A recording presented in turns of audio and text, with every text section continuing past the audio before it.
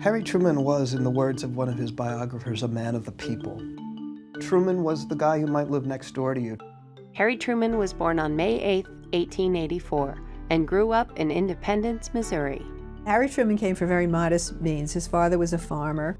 He didn't have the money to go to college. He's our only president in the 20th century to not have a college degree. He was a member of the National Guard, and when World War I broke out, at age 33, he enlisted and became a captain and served in France.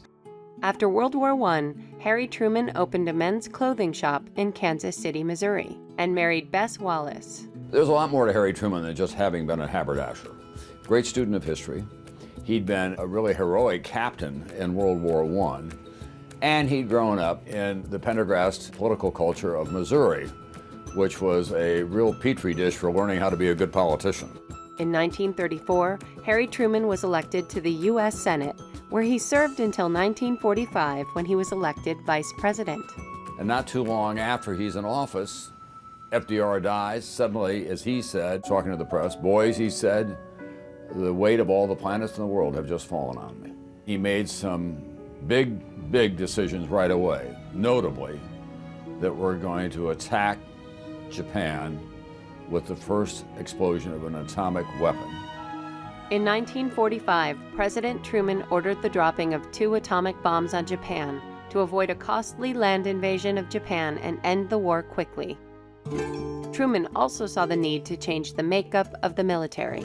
Harry Truman signed an executive order that integrated the United States military in 1948. He did it cleanly, without any agonizing, because he thought it was the right thing to do and didn't listen to any objections.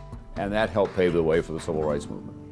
Soon after the end of World War II, the Cold War with the Soviet Union began. Truman knew of the threat of the rise of communism out of Moscow, but also understood the best way of dealing with that is to rebuild Europe.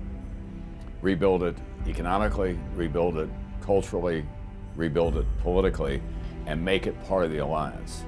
The Marshall Plan provided economic aid to the countries of Western Europe. After the introduction of the Marshall Plan came the Berlin airlift in response to Stalin's decision to blockade the city of Berlin. The airlift was an incredible success. It showed that the United States was committed to protecting the nations of Western Europe from the incursions of communism. During Truman's first term as president, his approval ratings plummeted when the United States became involved in the Korean War. People were exhausted by war and the sacrifices that had been made.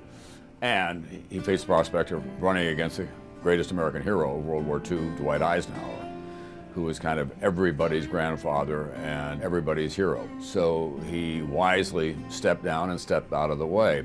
Truman retired as President of the United States in January 1953. After he left office, he basically went back to Independence, Missouri, and led a very quiet life.